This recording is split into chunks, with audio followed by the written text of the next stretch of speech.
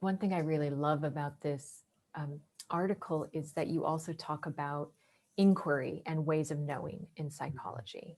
And it's to use, a word we were talking about earlier, it's a very polarizing issue in our field. For the most part, mainstream psychology focuses on experimental research, positivistic science, and you talk about the ways of knowing that can be seen as being derived from the romantic tradition. So qualitative research, the multiple case studies, linguistic analyses, personal experience, and how that can complement these experimental approaches, which is very refreshing, because I do think people tend to say, well, either you know either the randomized control trial is absolutely no way to learn about the complexity of the human condition, or people say, other ways of knowing that aren't experimental research simply aren't valid. And you take up this position. Actually, we need both. They can complement each other. That's right. I think that voice is really missing from the dialogue around this. I appreciate that. Yeah, I think the issue really is, what are the questions you're asking and what are the aims of the research?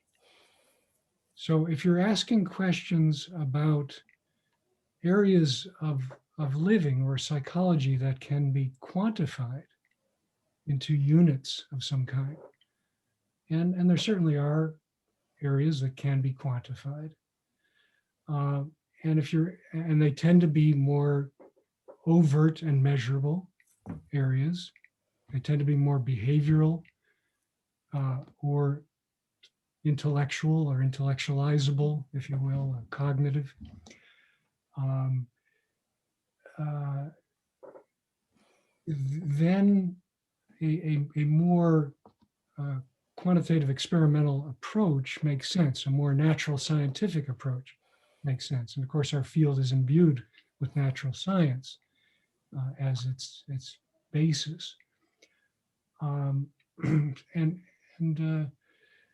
we can help a lot of people that way, and a lot of people have been helped through more programmatic, medicalized medical approaches to managing their lives and sometimes liberating their lives.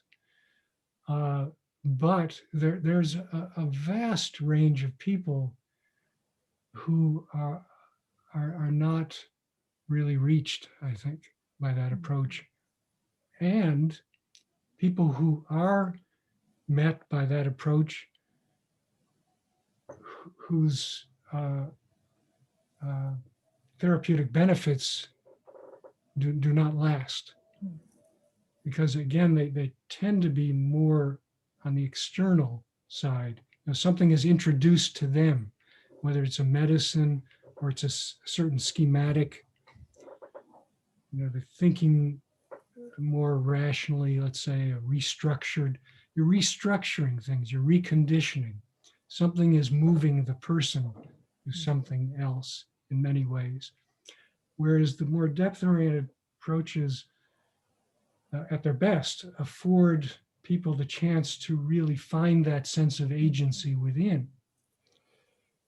And so people's understanding and aims for their lives come out of a real struggle and getting down and dirty with, again, what's trying to emerge within them and what's blocking them.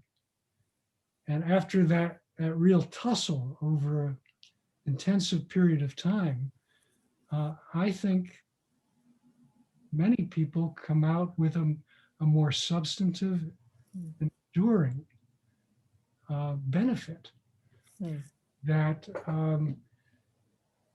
a lot of the quantitative research doesn't particularly focus on, may not be that interested in, partly because it is so hard to quantify.